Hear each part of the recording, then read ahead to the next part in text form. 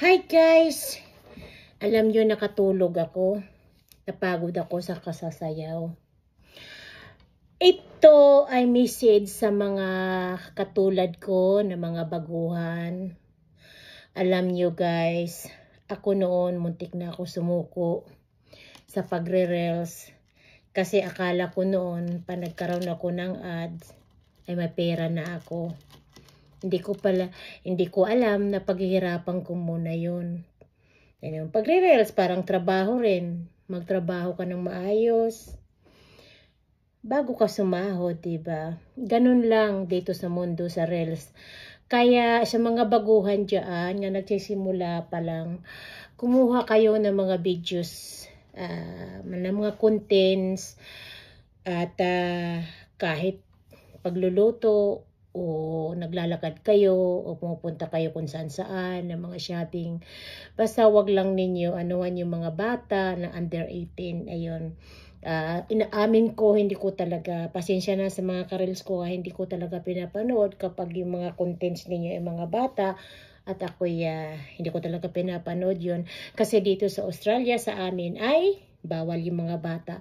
So, wag kayong susuko. Kumuha kayo ng kung marunong kayong magluto. Ayun, i-upload ninyo kung long video o short video. Yung long video ay yun yung mahabang video. Diba?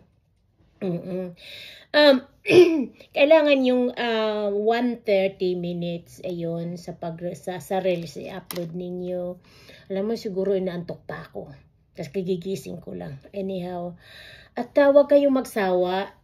Palagi naman ito sinasabi ng ibang medyo matagal na dyan.